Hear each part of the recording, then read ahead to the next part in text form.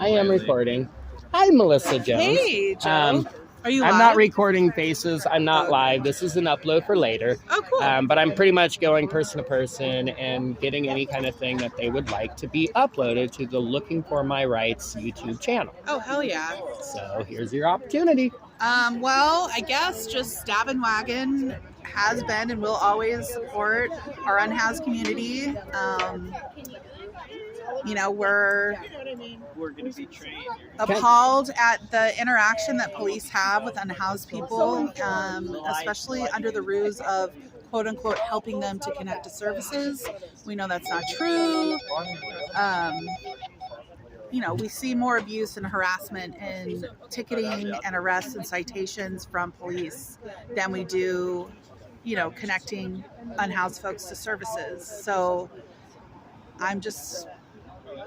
One thing you've talked to me about many different times is the responses houseless people give to police as far as like, well, I tried that service, but I can't do it because. Right. I mean, there's many reasons. If you don't have a support system, if you don't have a phone, if you don't have a computer, if you have an animal, if you have a disability, if you're not willing to be abstinent, which people need stability before they're going to reach abstinence if that's what they want. Mm-hmm. And so there's so many reasons why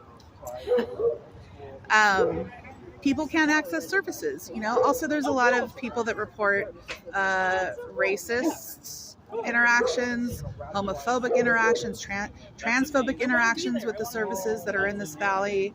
And who wants to, be a target when you're just trying to survive? It's right. How can you fall asleep in a situation where the people that are there watching you in your sleep are people that literally hate your guts? Right. And think that you're a sin to exist. Right. I mean, that's not meeting people where they're at. That's not. So how does that affect a police officer once some person has said, hey, I've tried this program that you've given to me, and this is a reason why this program is not a solution? Right. And the cops don't care because half the time they share the values of the people that are oppressing. So they just keep pushing no matter what. Right. And they just want to check a box that say, we tried, quotas are being met. We tried, we can do these like PR propaganda stunts for the newspaper or the Facebook or whatever. But when you dig deep and you're on the ground and you witness everything, there is no solution. Cops are not providing a solution.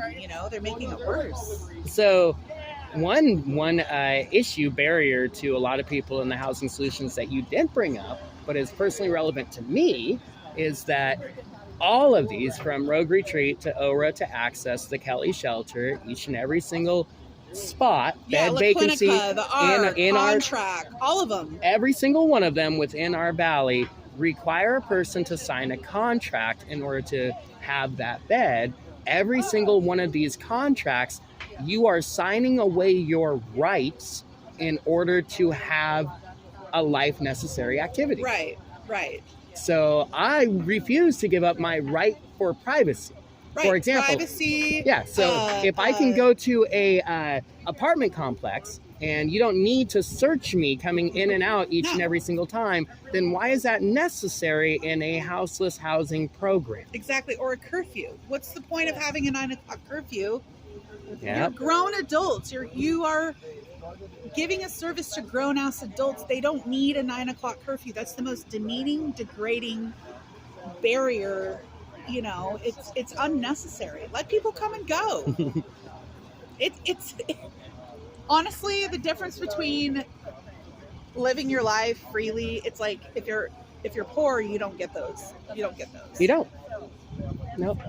All right. Well, thank you very much and have a wonderful day. I love you, Joe.